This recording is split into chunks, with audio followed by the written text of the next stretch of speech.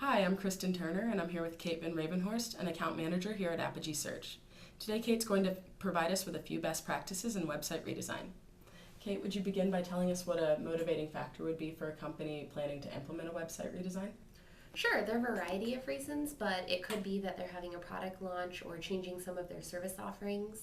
It might be that they want to do some rebranding or have a new company name, and it might just be that they're looking for an updated and refreshed site.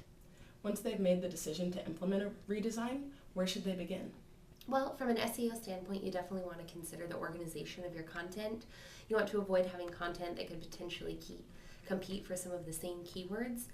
Some of this can be managed with tags and linking, but you also might want to consider putting those pages on different levels within the site hierarchy, as the search engines typically assign a higher value to higher level pages.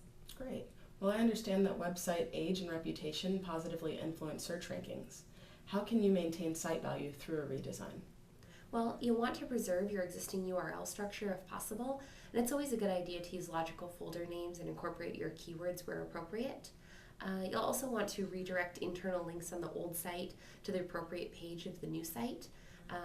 You definitely want to utilize 301 permanent redirects. These are considered search engine friendly, and it's going to guide your users to the appropriate page and tell search engines to attribute the value of the old page to the new.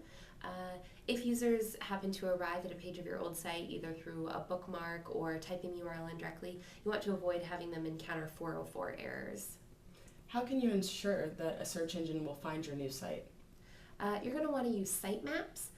With an HTML sitemap, this is going to allow your users to access and navigate your site more easily, and it will also help the search engines crawl your site more completely.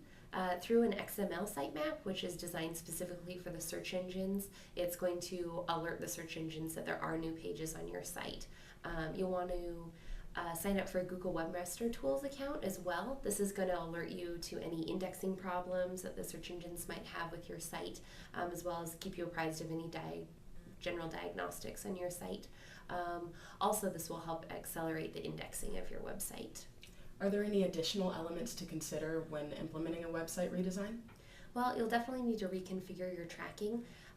For instance, if you're using Google Analytics, you want to preserve the historical data of the old site as well as create a new profile to track the activity on your new site. Great. Well, are there any important things to keep in mind when planning a website redesign on top of the tips you've provided already? Well, I would just say be aware that you will most likely experience some fluctuation in rankings with any site design, but by remembering these tips, you can help mitigate any negative effects. Great. Thank you very much for your time and your knowledge. We appreciate it, Kate. And if you're looking for any more search engine marketing information, visit us at apogeesearch.com.